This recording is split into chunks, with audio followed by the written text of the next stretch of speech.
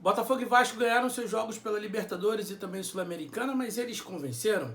Vem comigo que a gente vai conversar sobre isso nesse vídeo. E se você chegou aqui por acaso, sejam bem-vindos. Meu nome é Rafael Teodoro e aqui nesse canal a gente só fala de futebol carioca. Botafogo suou, mas venceu o Carabobo da Venezuela por 2-0 no Newton Santos. Foi um jogo muito nervoso, o Botafogo perdeu muitas oportunidades e mostra mais uma vez que esse time está muito ansioso. A gente já tinha conversado aqui nesse canal algumas vezes falando como o Botafogo está atropelando algumas ações, principalmente ofensivas, tentando decidir jogadas em vez de ter um pouco mais de paciência, encontrar o melhor passe ou fazer a finalização mais correta. O time não contou com o Igor Jesus, que estava suspenso após a expulsão ridícula, infantil, no primeiro jogo da Libertadores contra a Laú, e o Mastriani entrou. Mastriani, que é um bom finalizador, tem esse histórico tanto no Atlético Paranaense como também no América, mas perdeu algumas jogadas, principalmente um cruzamento do Arthur, que faltou 2 dedos, e eu acho que foi um erro de posicionamento e de movimento que ele poderia ter aberto o placar. O Botafogo teve chance com o Santos Rodrigues, que inclusive é a pior partida do Santos Rodrigues desde quando chegou no Botafogo. Errou muito, errou tudo que tentou, errou rebote, chute, passe, estava também muito ansioso. O Botafogo esteve ansioso em todos os momentos, e aí é um processo meio que natural, quando você está jogando uma Libertadores, um time vem só para se defender e tentar um contra-ataque, e você não consegue furar o bloqueio logo ali nos primeiros 20 minutos, a torcida fica ansiosa, o time fica ansioso e, consequentemente, o jogo se arrasta. Foi assim até o final do segundo tempo, quando o Patrick de Paula fez 1-0 numa cobrança de falta que desviou, mas foi o suficiente para tirar essa pressão que o próprio Botafogo estava sentindo por não ter feito um bom jogo contra a Laú, ter perdido o jogo de estreia e estar enfrentando o pior time do grupo em casa e não vencer. Era desastroso para as pretensões do Botafogo dentro da Copa Libertadores. Agora, o Botafogo vai dar um respiro na Libertadores, nas próximas semanas só tem Brasileirão e volta a enfrentar o Estudiantes fora de casa mais à frente, se não me engano 2 ou 3 semanas depois, que é o suficiente talvez para o Renato Paiva encontrar mais movimentações para esse time. O time está jogando naquele 3-1, 5-1, com os 2 laterais, Alex e o Ponte, que foi titular nesse jogo, e aí ficou uma dúvida se foi dosagem de carga do Vitinho ou se é uma estratégia do Renato Paiva balancear qual o lateral vai ser mais ofensivo do que o outro. O Alex Telles, ele é mais completo, ele ataca bem, mas ele também tem uma boa recomposição. O Cuiabano é muito mais ataque. O Ponte não defende tão bem, é muito mais ataque. E o Vitinho consegue ser mais equilibrado. Então pode ser uma alternativa, a dupla, as duplas de laterais serem Alex Telles e Ponte, que aí o Ponte tem mais liberdade para ir à linha de fundo, e Cuiabano e Vitinho. Vitinho segurando mais e o Cuiabano indo mais à frente. E aí a defesa, no caso agora com Barbosa e Jair, faz esse balanceamento junto com o Gregory retornando ali para completar 3 zagueiros, no caso fazendo 4º zagueiro, já que nos laterais ficaria um pouco. Renato Paiva disse que não, que para eles os laterais têm que chegar no ataque, mas eu acho que pode ser uma estratégia, além da dosagem de carga, ele fazer esse balanceamento de qual lateral vai ser mais ofensivo e qual lateral vai ser um pouco mais defensivo. O Botafogo está ainda no começo de trabalho com o Renato Paiva, é o 4º jogo oficial e foram 2 vitórias, um empate e uma derrota, mas o time está mostrando algumas evoluções de toques, evoluções de movimentações, de buscar triangulações mais pelo lateral do campo mesmo do que necessariamente pelo meio, mas o time ainda tem muito a evoluir na Libertadores e essa pausa agora para 3 jogos, 4 jogos em sequência do Brasileirão vai fazer muito bem para essa evolução. Patrick de Paula, eu acho que ele tem que ser reserva nesse time, apesar de estar entrando bem. Matheus Martins também fez o gol e precisa também ser reserva do time, por incrível que pareça. Eu acho que ter essas opções no banco, e eu gostei também quando o Renato Paiva coloca o Patrick de Paula no lugar do Marlon e não no lugar do Savarino. Quando eu vi a plaquinha ali 6 saindo, entrando, eu falei, caraca, ele vai botar no lugar do Savarino, já que o Patrick de Paula estava fazendo essa função em outros jogos.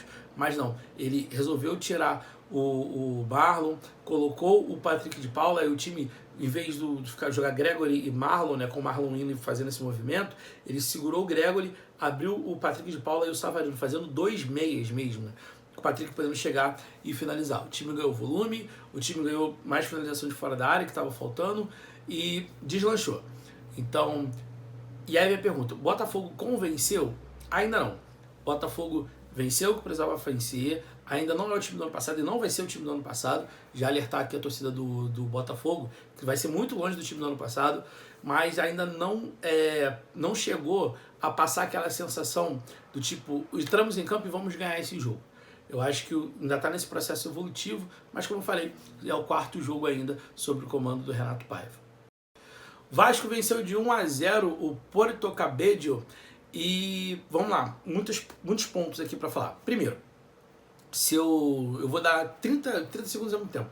Eu vou dar para você meio segundo para me dizer, para você adivinhar como é que foi o gol do Vasco. Exatamente, gol de cabeça do Verratti, cruzamento do Garré, cruzamento não, uma bola chutada para a área que o Verratti encontrou uma cabeçada no campo. Aí você vai falar assim, Rafael, de novo você falando do time de uma nota só. Dessa vez não foi o time de uma nota só, resolveu com a mesma nota. Resolveu com aquele hit, né, do Vasco, cruzamento pro lado esquerdo, gol de cabeça do Verratti. Porém, o time procurou algumas infiltrações, e aí muito pela movimentação do Coutinho. O Carille fez aquela alteração que a gente estava comentando aqui no último vídeo, valeu? Carille pela moral, tirou o Paulinho do segundo volante, trouxe o Tietê para fazer essa função, então jogou com o Hugo Moura, Tietê e 3 meias, Coutinho, Nuno e também o Garré.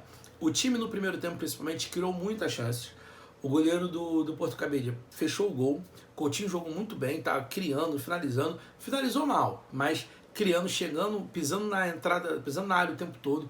Tentou uma cabeçada, chute de fora da área, infiltração. Ou seja, o Vasco mostrou finalmente alguma possibilidade de um repertório.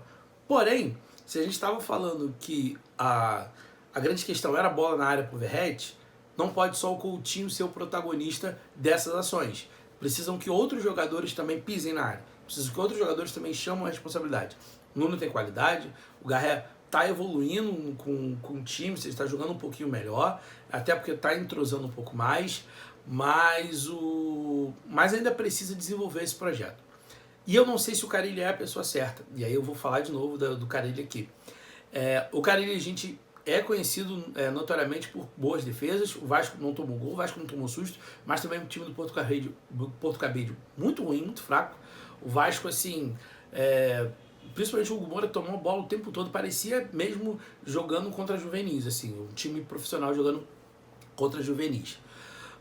Mas, falando dessas movimentações e tal, soou em algum momento que o time entrou no modo desespero, principalmente no fim do primeiro tempo. A partir dos 20 minutos do primeiro tempo, chegava na intermediária, Paulo Henrique principalmente, o Piton um pouco menos, mas chegou, bola na área.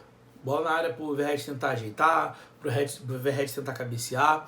E esse modo de desespero durou um pouco, mas o Vasco desse jogo saiu um pouco mais fortalecido. O Carille, não.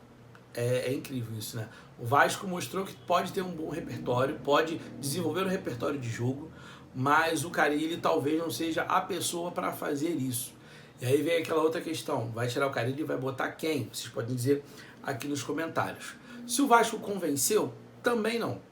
O Vasco jogou melhor, mas aí não se sabe o quanto o Vasco jogou melhor por ter jogado melhor, ou quanto ele jogou melhor pela fragilidade do adversário. O Vasco criou oportunidades, o Coutinho poderia ter feito 2 gols, teve uma bola que o Garré ia finalizar, o goleiro tirou a bola da mão, do pé dele, em cima da linha praticamente. O Vasco mostrou mais coisas, mas ainda não é o suficiente para eu poder dizer aqui para vocês que o Vasco entrou no trilho e vai dar trabalho no campeonato, vai fazer um trabalho seguro, pode brigar por alguma coisa a não ser sul-americana ali, né? Ficar na 11ª, 10ª posição. A gente sabe que janela do meio do ano vem aí em breve, mas a gente sabe também que o Vasco não tem muito dinheiro para fazer essas movimentações. Eu acho que, olhando de maneira geral, o que não pode estar dentro do Vasco é o sentimento de enquanto for vencendo a gente vai segurando. O Vasco precisa evoluir. O Carille está no time desde janeiro e o time do Vasco ainda é muito pobre de repertório ofensivo. Defensivamente, se comportou bem melhor em relação a outros jogos, mas também, eu falei, não dá para saber se esse comportamento defensivo do Vasco é melhor, porque melhorou, porque tá com 2 volantes, um saindo um pouco mais, ajudando o Hugo Moura no preenchimento do meio campo, é o suficiente, ou se de fato é porque o time do Porto Cabedelo é muito ruim. Então tem que dar uma analisada com calma, e isso talvez a gente vai ver no jogo contra o Sport, no Brasileirão, próximo jogo do Vasco da Gama. É isso, ficamos por aqui. Deixe seu like nesse vídeo, compartilha com todo mundo, seu amigo botafoguense, seu amigo vascaíno. A gente vai voltar para conversar sobre o Flamengo, que joga no Maracanã na quarta-feira, e também do Fluminense, que joga na quinta-feira pela Sul-Americana. E você concorda ou não? O Vasco e o Botafogo ganharam, mas não convenceram? Deixa aqui nos comentários e a gente se vê numa próxima.